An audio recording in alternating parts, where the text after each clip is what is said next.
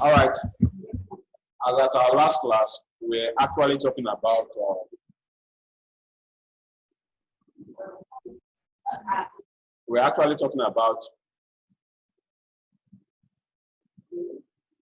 mechanical drives, where we talked about our belt and chain drives. But we said before we talk about our belt and chain drives, that there is a certain force that is needed for our belt and chain drives to work efficiently on machines in which they are being used on. And we said that force is what is known as frictional force. So we went further to define what a force is. We also went further to talk about the types of force we have, which we said are contact force and non-contact force. Thereafter, we mentioned some examples of contact force.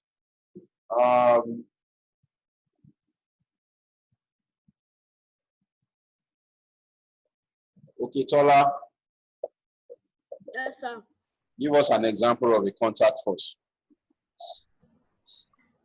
Sir, force, sir, no. Sir, push and pull. Push and pull. Thank you very much. Tomiwa, an example of contact force.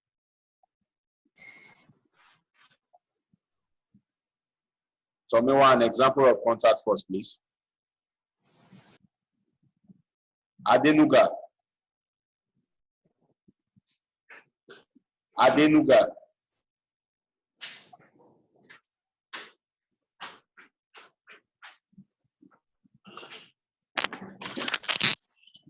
All right. Ireolua, one example of contact force. Sir, tension. Tension, correct. Thank you very much. Oluwandara, one example of contact force. Oluwandara, an example of contact force. Upthrust. Upthrust, thank you very much.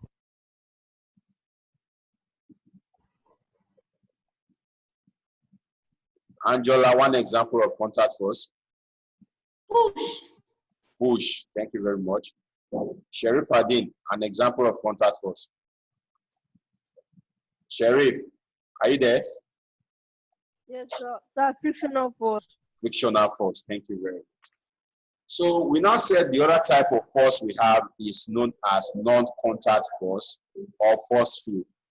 We said non-contact force or force field. So Daniel, can you give us one example of non-contact force?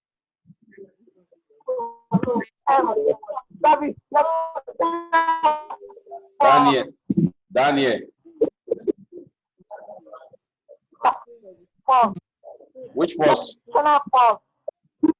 Frictional force is not in gravitational force. Thank you very much. All right, thank you very much. Gravitational force. Mushokwe, one example of non-contact force.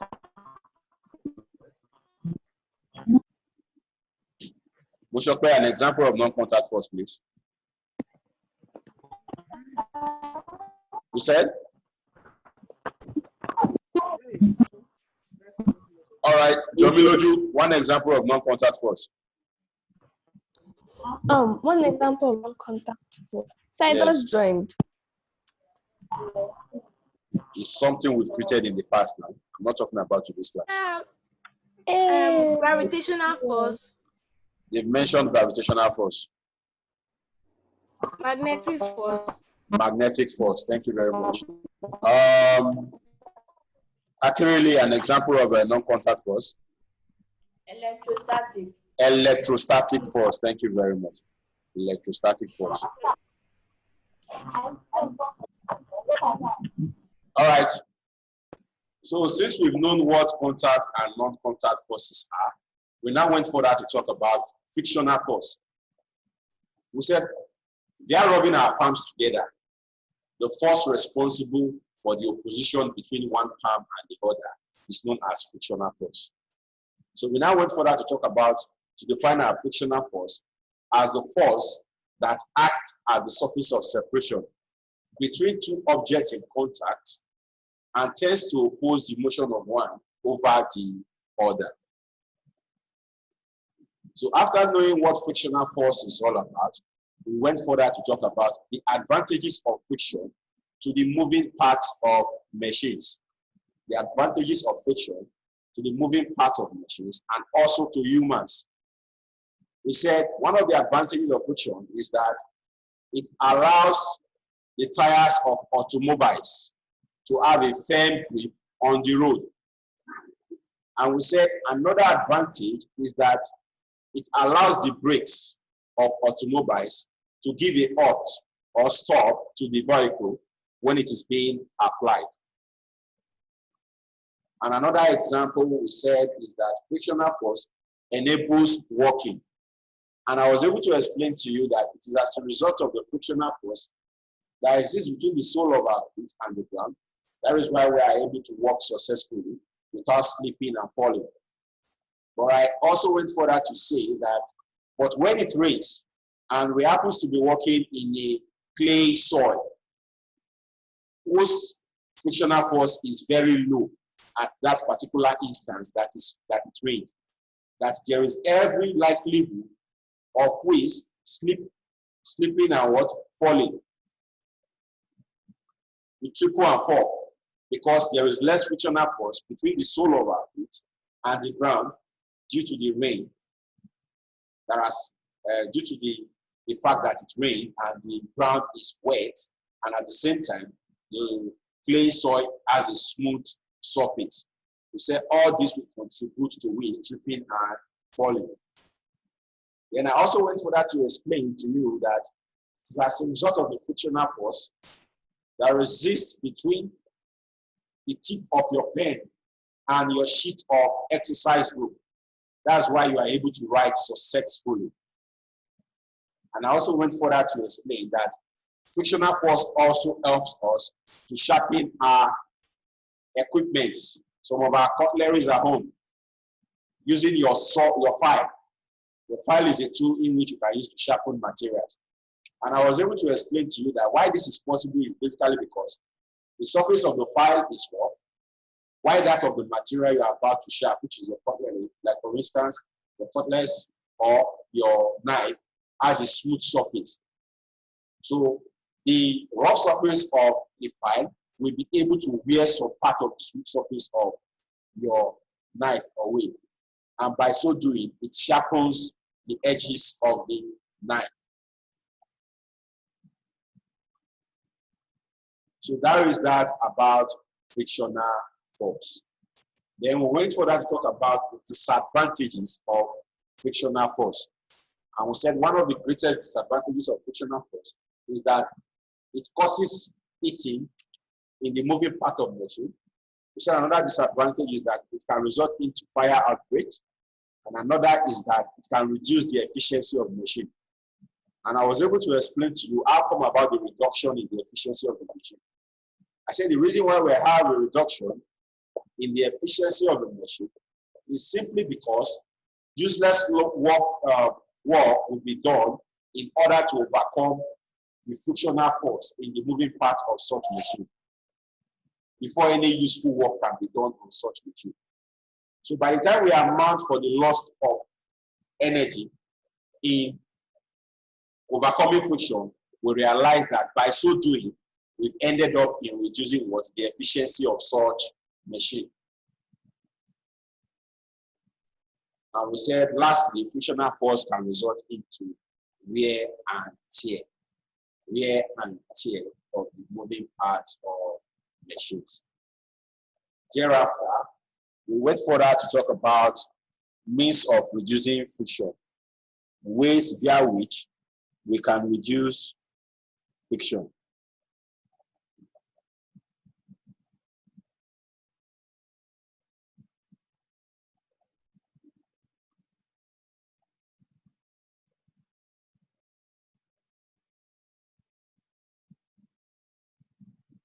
All right.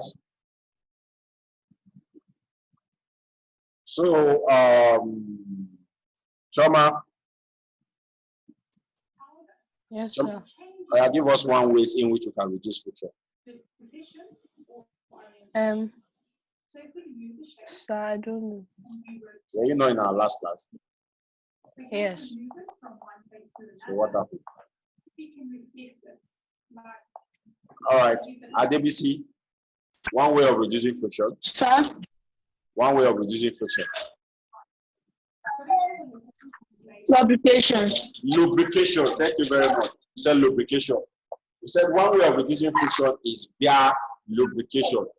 And we said lubrication is the process of applying lubricants to the moving parts of machine. And we said there are three sets of lubricants. We have liquid lubricant, solid lubricant, and gaseous lubricant. Yes. And we said an example of a gaseous lubricant is what? Air. Yeah. An example of solid lubricant is what? Animal fat. And we said, yes. And we said an example of liquid lubricant is what? Liquid Engine oil. oil. Yeah, thank you very much.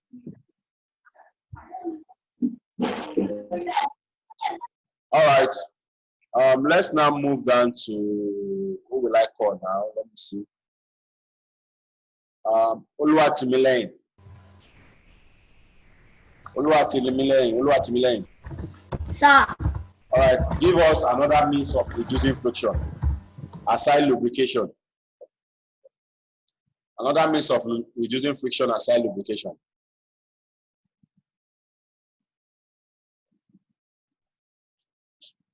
Who want to help us out?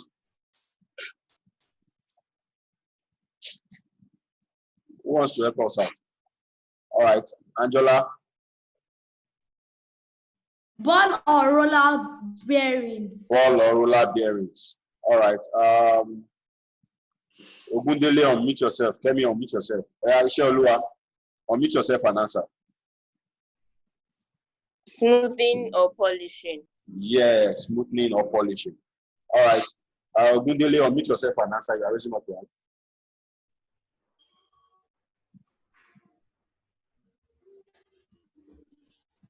All right, Oluwandara. Streamlining. Streamlining, yeah, streamlining. And that was where we stopped in our last class. So let me further explain streamlining. When we are talking about streamline, we are trying to say that you are designing the object in pattern to the fluids in which it floats. Like for instance, we have little air resistance disturbing the flight of your aeroplanes and other craft due to the way our aeroplanes were being streamlined in the pattern of what? The fluids. And what is that fluid now? Air, in which they float. In which they float. Then the next one is in the design of our sports cars. We discovered that our sports cars speed faster than our normal cars we use to fly the road. The reason behind that is due to the model in which they are being built in the streamline of the road in which they fly, such that we have little air resistance disturbing them while they are running along such tracks. Choma, you have a question. What's your question? So I have another way we can reduce friction. So what is it? That by using wheels to move objects. By using what? Wheels. Yeah, by using wheels. By using wheels as well. By so doing, we can reduce friction on the moving part of such machines. So that is that about streamlining. So today we'll be looking at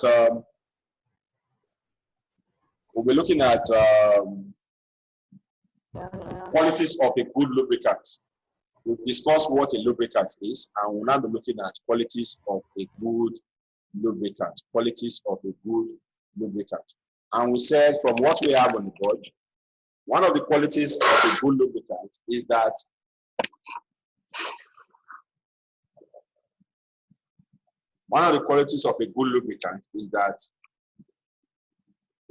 a good lubricant should be normally viscous.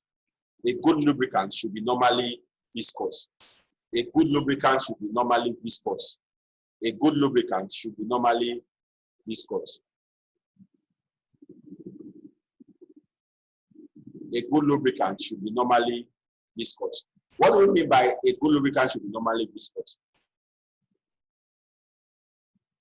Frictional force is the force that exists within solids. But there is a term called viscosity. Viscosity.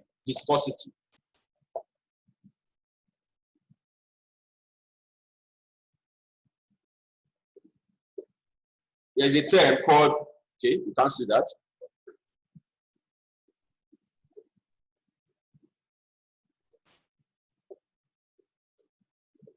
There's a term called viscosity. There's a term called viscosity. But viscosity is now the internal friction that exists between the layers of fluids. The internal friction that exists between the layers of fluid. The internal friction that exists between the layers of fluids. And what are fluids? Bracket open. The internal friction that exists between the layers of fluid, the bracket open, your fluids are liquid and gases. Liquid and gases. Liquid and gases are termed as fluids. So when we are now considering the internal friction that exists between these items, we are talking about viscosity. Viscosity. So the more viscous a liquid is, the more viscous, I'm coming, Kemi, the more viscous a liquid is, the more efficient such liquid will be in the use as a lubricant. The more viscous a liquid is, the more efficient its use as a lubricant.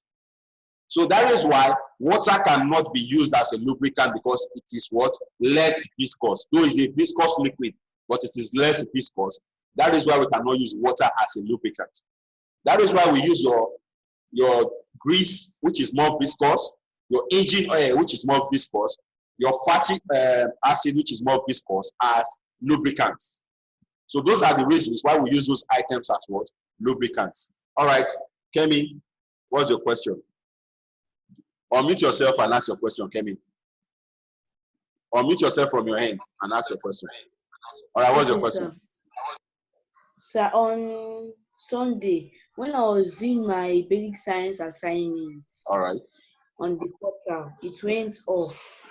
I was not able to see the assignment again, and I was just in number 12. So right. I don't know how to regain my mark. Oh, don't worry, I'll see to that. Okay, sir. Okay. Thank you.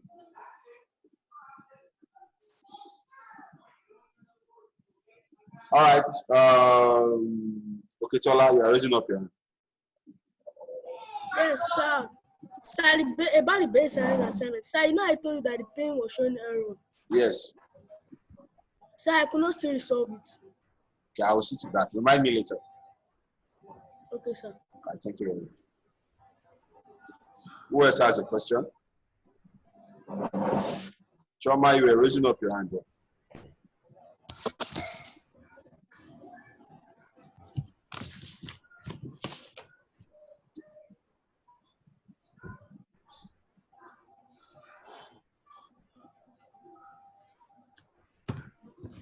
Yeah, you have to write the note on the board. You can jot it down. You have to write the note on the board.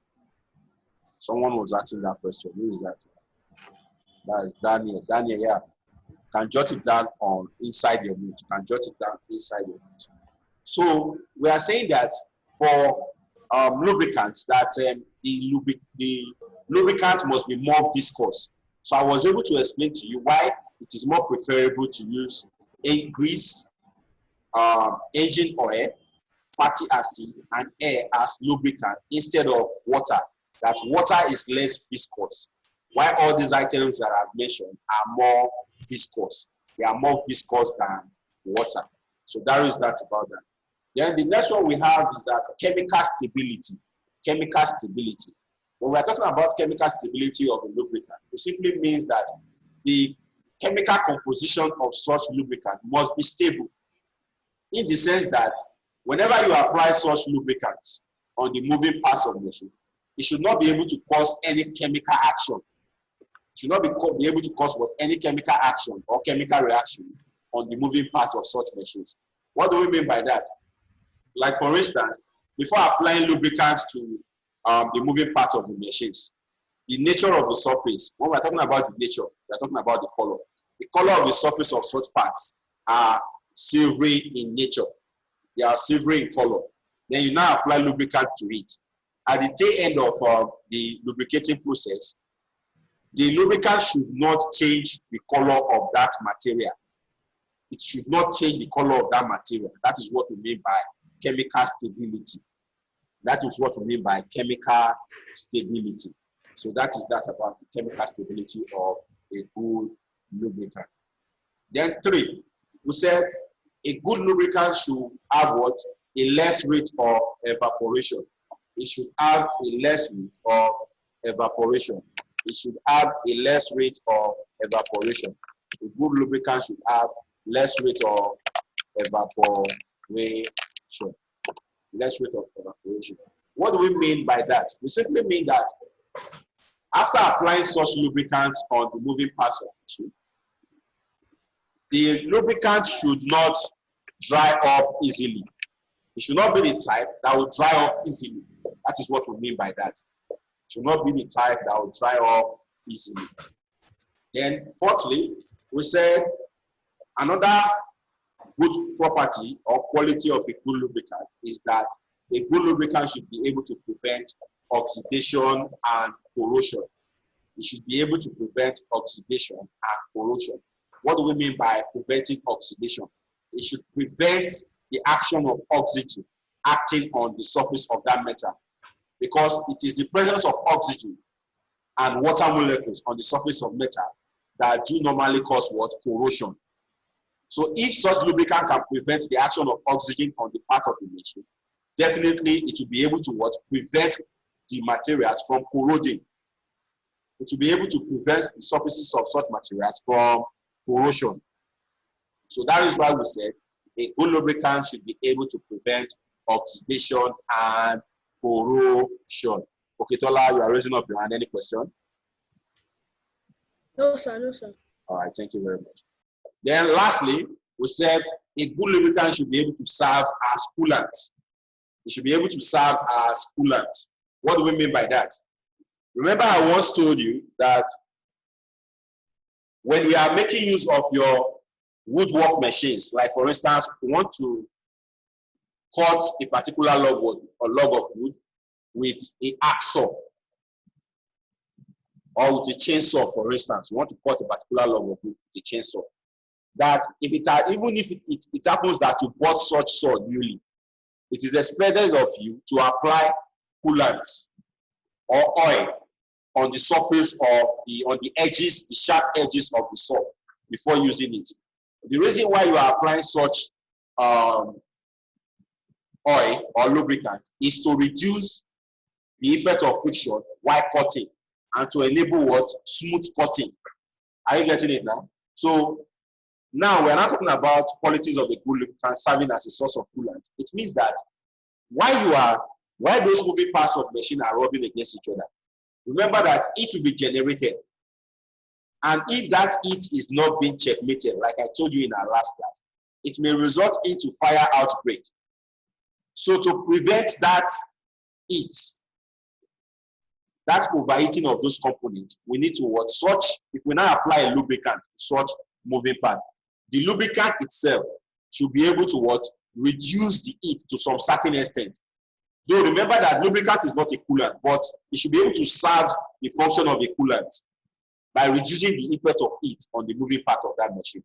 So that is what we mean by that. All right, Okutola, what's the question? Sir, please, you are obstructing the board. All right, sorry for that. Is it better now? Yes, sir. All right. So that is that for that. That is that for that. So since we've been able to talk about qualities of a good lubricant, I think we can proceed to another aspect of our topic of discussion for today.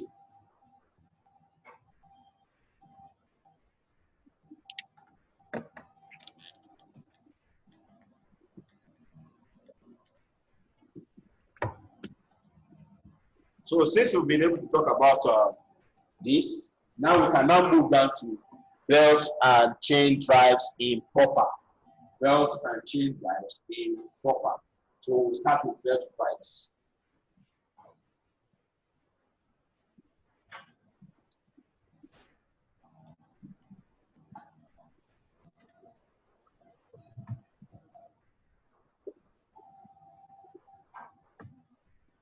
Belt drives.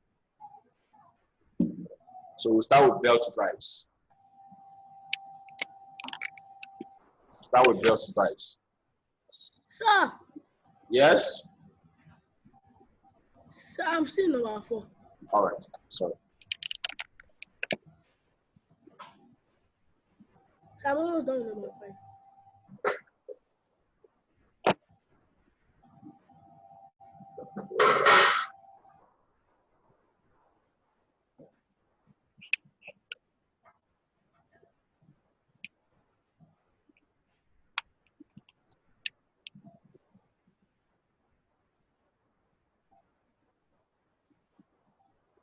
So we are waiting for you.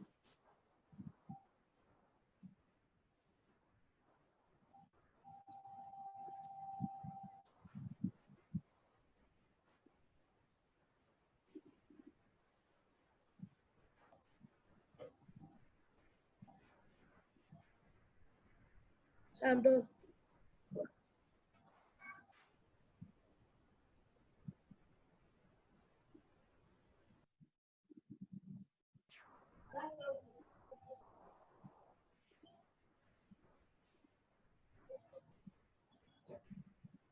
Sir, I'm done. All right. Sir, I'm done writing. So the next thing we'll be looking at is now belt and chain drives. Belt and chain drives. So in order to transmit mechanical power, from one part of the machine to another, we need what is known as belt drives or chain drives. We need what is known as belt drives or chain drives. So what are belt drives? When we have a network of two pulleys, and we have a material linking those pulleys together so as to transmit mechanical motion, we can say such combination is known as a belt drive. Let me go by it again. This is not just an explanation, but I've not been able to define it properly. I'm only just trying to tell you that when we have a system of two pulleys or shaft in which we have a mechanism, a rope-like material, linking those two pulleys together so as to transmit mechanical power, then we said such network or such system is known as what? Belt drives. Such system is now known as what? Belt drive. So what is now our belt drive? What is now our belt drive? A belt drive is simply a combination, or an arrangement is simply a combination or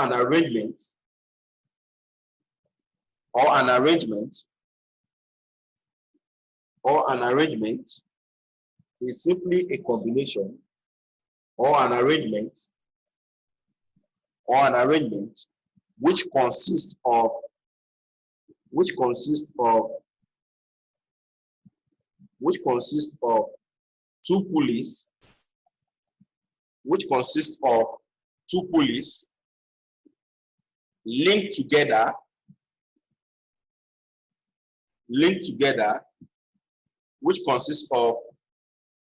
two pulleys linked together by a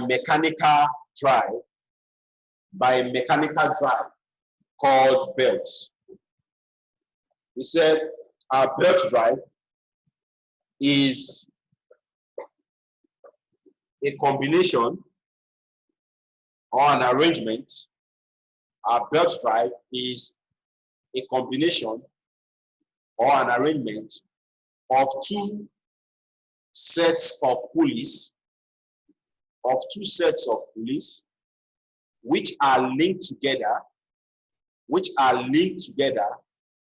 by a mechanical drive which are linked together by a mechanical drive, called belts, in order to transmit mechanical power. In order to transmit mechanical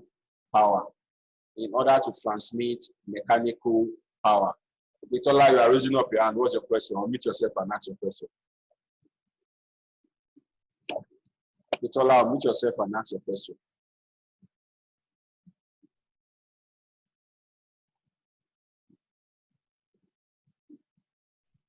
Unmute yourself.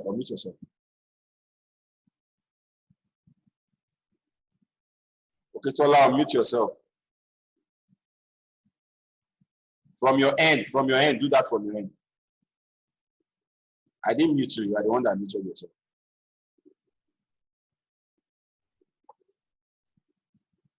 No problem. Since you cannot mute yourself, let's continue. Sir, I don't have a question. All right.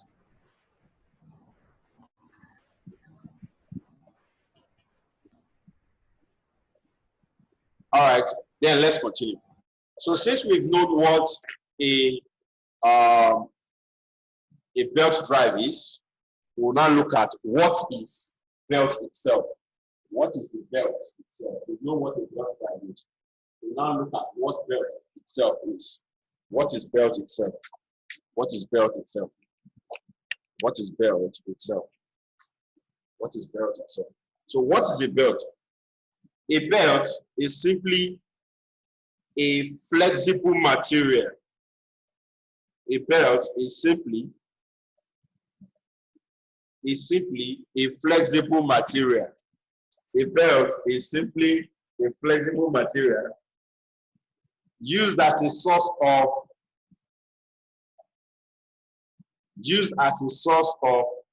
mechanical means of transmitting motion. Used as a source of mechanical means of transmitting motion. Used as a form of transmitting, used as a form of mechanical means of transmitting motion from one pulley to another. From one pulley to another. From one pulley to another.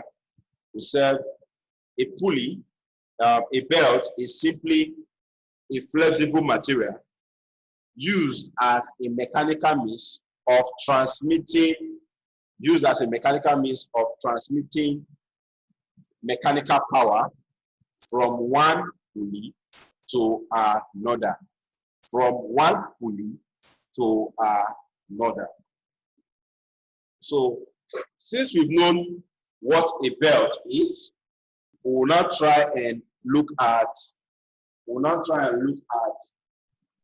materials from which our belts can be made.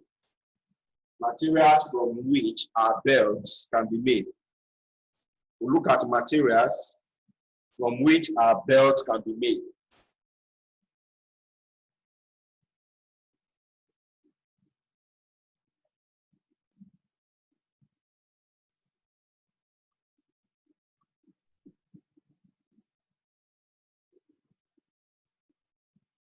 So one of the materials we use in producing belts is rope. Another one is fiber.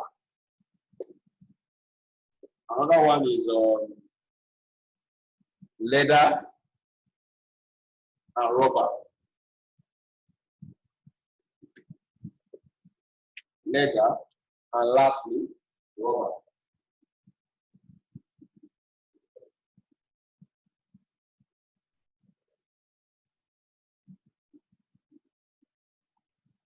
And lastly,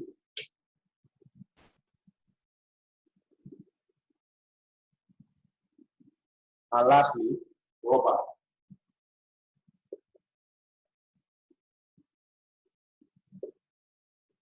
All these are materials via which our belts can be produced. They are materials used in producing belts. They are materials used in producing belts. There are materials used in producing belts. There are materials used in producing belts. There are materials used in producing belts. So we use our rope, your fiber, your leather, and rubber in producing belt.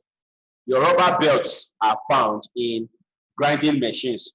Those grinding machines they use in the market, they are made from rubber belts. Your rope belts are found in sewing machines. If you've seen your sewing machines, the belt they use is rope-like. That is rope. Your leather belts are found in most of the conveyor belts. Most of the conveyor belts used in factories. Though some conveyor belts in factory are also made from rubber, but some can be made from leather as well. So that is that for that. Then after knowing the materials in which we can produce our belt, we'll proceed further to look at types of belt. Types of belt.